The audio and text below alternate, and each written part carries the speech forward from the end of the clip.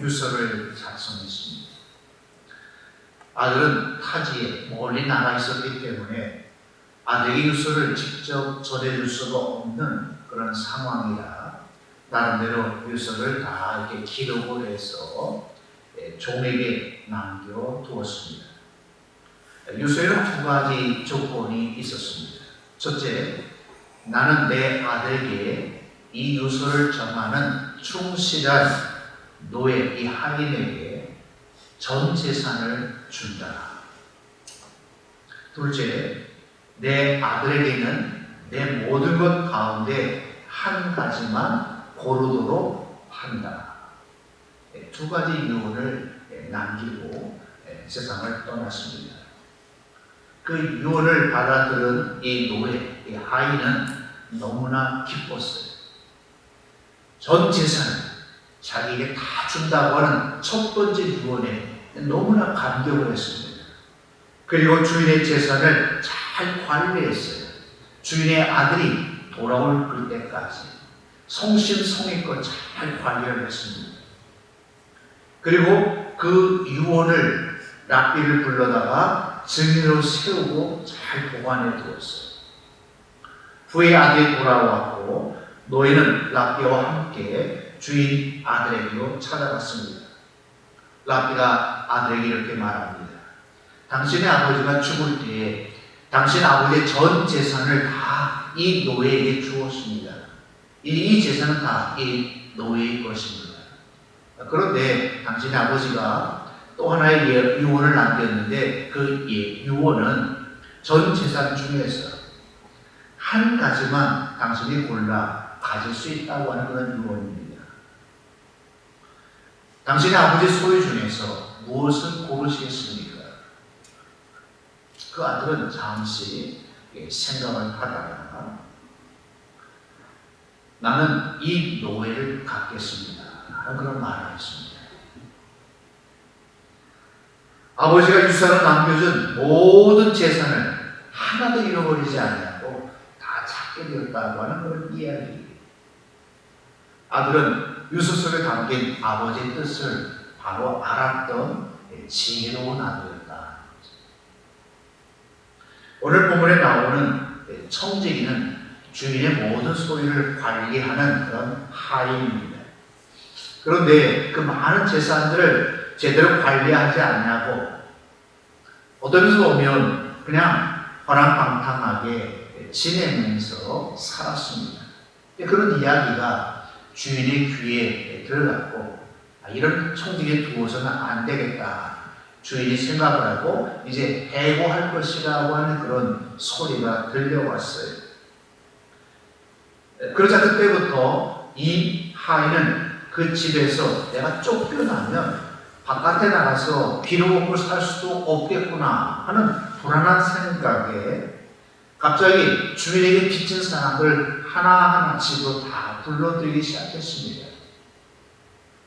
100만 원을 빚진 사람이 있으면 너 50만 원만 갚아라.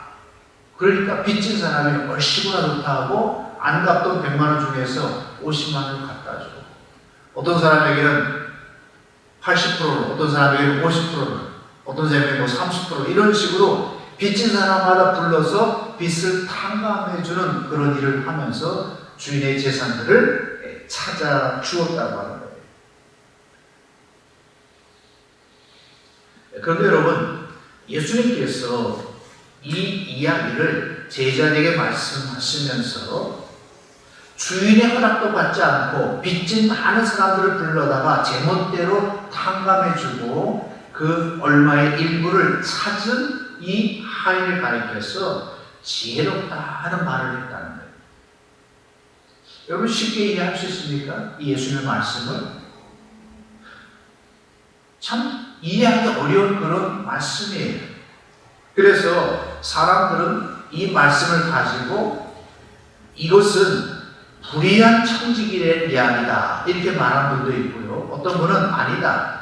지혜로운 청지기에 대한 말씀이다 이렇게 말하는 분들도 있어요. 자, 불의한 청지기라고 말한 것은 청지기는 주인의 것을 잘 관리하는 집사의 역할이잖아요. 그런데 그 일을 제대로 하지 않았으니까 직무태만입니다. 얼마든지 해고의 사유가 될 수 있는 그런 하인이, 그렇기 때문에 불의한 청직이라는 거거든요. 지혜로운 청직이라고 우리가 말하는 것은 그냥 놔두면 주인이 하나도 받지 못할 재산을 얼마라도 찾아주기 때문에 그러면서 보면 참 지혜로운 청직이었다. 그렇게 사람이 생각하기 때문에 두 가지 면으로 말을 하고 있다고 하는 거죠. 저는 이 말씀을 묵상하면서 먼저 예수님이 재물에 대해서 우리에게 한 가지 교훈을 주셨다고 이렇게 생각이 됩니다. 재물은 악하거나 선한 것이 아니라고 하는 거예요.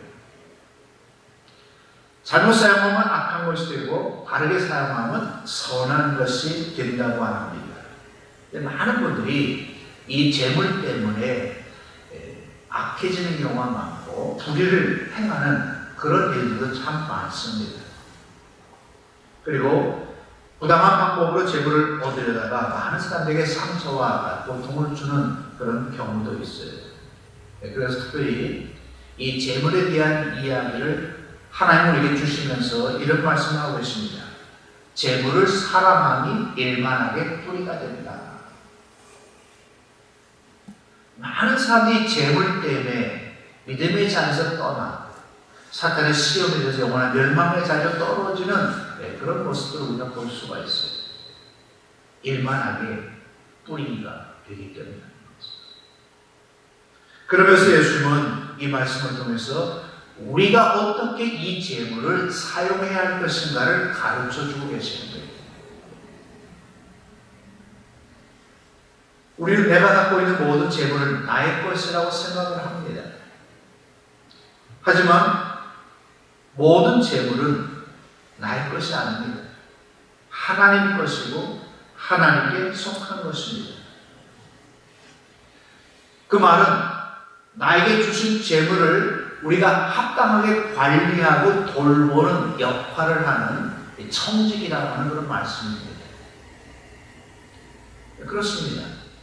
우리가 하나님 주신 모든 재물을 바로 관리하지 못하면 하나님 그 재물을 거두고 갔어요. 모든 재물은 하나님께로 왔고 하나님께로 말미암고 하나님께로 돌아갑니다. 우리가 이 사실을 기억하고 오늘 내가 갖고 있는 그 재물을 하나님 왜 주셨을까? 어떤 일에 이 재물을 쓰기를 원하실까? 그런 것들을 우리가 생각하면서 지혜롭게 내게 주신 재물을 관리해야 되고 또한 바르게 사용해야 합니다. 그러면 오늘 우리는 지혜로운 청직이라는 칭찬을 받게 되고 그 하나님 안에서 하나님 주시는 은혜와 복을 받게 됩니다. 그러나 그 재물을 바로 관리하지 못하고 잘못 사용하면 불의한 청지가 돼서 일하던 자리에서 내쫓김을 받게 된다고 하는 거예요.